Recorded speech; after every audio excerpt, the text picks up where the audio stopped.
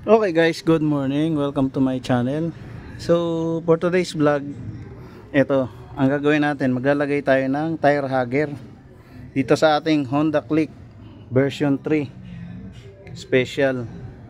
So ito nabili ko sa online sa Shopee guys, worth 199. So kararating lang nito, kakabit ko siya ngayon. Titestingin natin kung ano magiging itsura niya. Pero tingin ko fit naman siya. So kabit ko muna guys. Ang gagawin lang natin, ito, isasapi lang natin to dito sa stock. So wala kayong tatanggalin dyan guys. Bubuksan nyo lang to, ito Allen bolt yan, dalawa sa gilid tsaka tong sa ibabaw, ayun. So baklasin ko muna para makita nyo. So kakabit natin kung ano magiging itsura. Sa tingin ko naman goods naman siya. Okay guys, na kalas ko na yung ito yung mga Allen bolt. So isasapi na natin siya guys dito.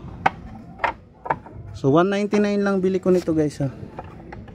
Yan. Susundan mo lang yan, ayan oh. Huwag kayo magkakamali ha. Meron yang gitna, ayan oh. Isok-sok niyo siya dito para naka-clip siya, ayan oh. Sa pagitan. Huwag dito. Diyan sa pagitan para naka-clip to. Hindi siya gagalaw. Intact na intact. Ayan. So ang galing, Shopee lang to guys, napakamura. May nakita ako nito, hindi sa paninira, 1K yung benta nila. So sa online. Ang ginawa ko, nag-search lang ako sa Shopee. Ayun, nakita ko siya. So worth 200 lang. 199. Siyempre may shipping fee pa yun. So ayan, kakabit ko na yung bolt. Isinapi ko lang siya sa stock. Wala kayong babaklasin o sisirain guys ha. Ayan. So yan guys, may kabit na. Ito yung Allen bolt nya. Tiyagain nyo lang ipasok kasi may isa pa tong malapad sa ilalim nitong ulo ng Allen bolt. Pasok nyo lang siya sa butas. Then ayan, wala siyang kasabit-sabit. Ikutin natin yung gulong. Ayan. Sa Shopee ko lang yan sa mga nagtatanong. Shopee lang nabili to. 199. Honeycomb ang design niya. So sa unang video sabi ko, ilusot nyo rito. Wag na lang pala guys, dito na lang sa likod nito. Wag na sa pagitan kasi hindi tatama tong bolt sa niya, sa nut niya sa ilalim. So itapat nyo lang sa ibabaw, ayan oh. Tututok ko guys, ayan. So naka hydro dip siguro to ang honeycomb. Saktong sakto sa stock. Wala kang babaguhin, iipit mo lang siya, ikakasa.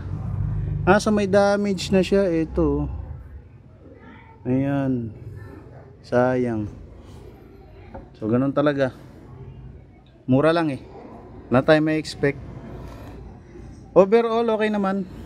So hindi na madudumihan yung kaloob-looban ng motor natin. Hindi na siya madudumihan.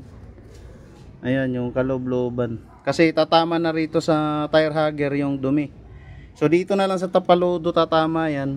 Tsaka dito. So hindi na siya tatagos doon yung dumi. May tumagos man, counting-county, minimal na lang yung magiging dumi dyan. Yun lang ang kagandahan nito pag may extension ka na tire hugger. So yan. So nagtatanong, sa Shopee ko lang nabili to guys. So yun lang, salamat. I-type nyo lang tire hugger for Honda Click. Lagay nyo lang kung anong version, kung 2 o 3 o 1 yung motor nyo.